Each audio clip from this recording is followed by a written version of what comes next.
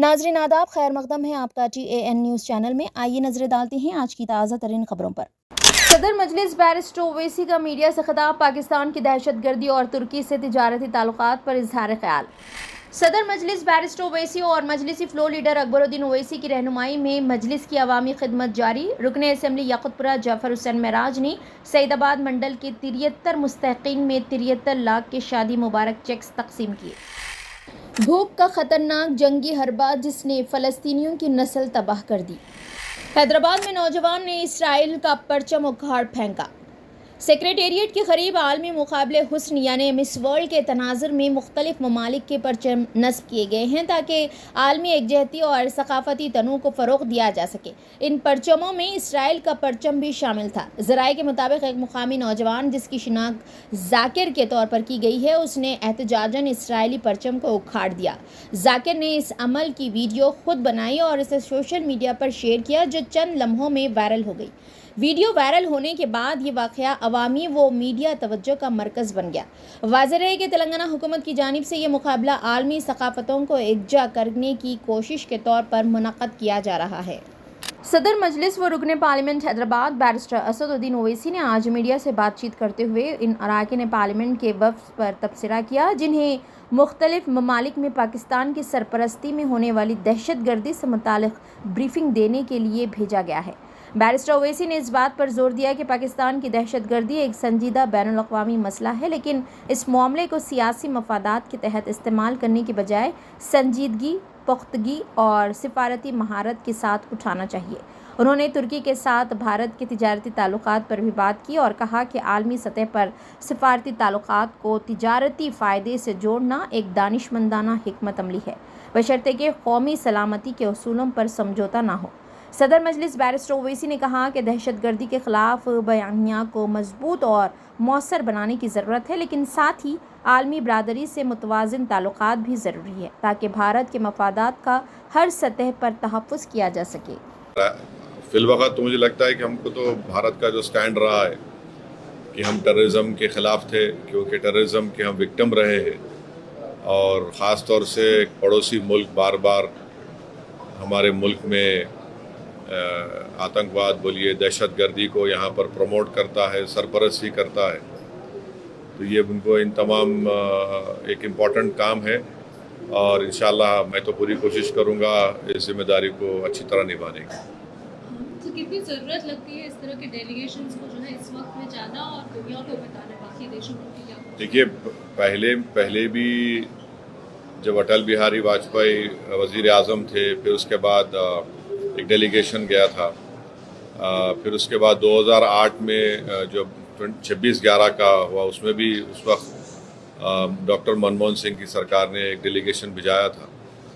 تو یہ ہماری ذمہ داری ہے، ہم پبلک کے ریپرزنٹیٹیو ہیں، جنتا نے ہم کو چن کر بھیجایا ہے، تو چن کر صرف یہی نہیں بھیجایا کہ ہم صرف اپنے کانسٹیٹنسی کے بارے میں بات کریں، بلکہ ہم لوگ بھارت کی عوام کو ریپرزینٹ کرتے ہیں، اور آج بھارت کی عوام بے چین ہے، تکلیف میں ہے، اور خاص طور سے بے چین اور تکلیف میں اس لیے ہے کیونکہ وقتاً فوقتاً یہ دہشت گردی کے آتنکواد کے واقعات ہوتے ہیں، اور پہلگام کے بعد تو اس دیش میں بہت زیادہ سب بھارت کے لوگ یونائٹڈ ہیں کہ ٹیررزم کو ختم ہونا چاہیے۔ So which areas will you visit, countries, which regions will you be visiting, and what will be your area of focus? Because terror, against terror and against the Pakistan operation, that is a larger thing, but So as of now, what I know is that the group I belong to will be headed by my good friend Bhai Jayant Panda. Jay Panda would be heading this group. I think so. This group of MPs would comprise of Mr. Ashok Shringla as well, the ex-foreign secretary, and who else is there? Nishikant Dubey, Fangon Konyak MP, Rekha Sharma, Satnam Singh Sandhu, Mr. Ghulam Nabi Azad. And the countries, I think so, will be going to UK, France, Belgium, Germany, EU, Italy and Denmark. Huh? I think it is UK, France, Germany, Belgium, Italy, Denmark, and EU, European Union.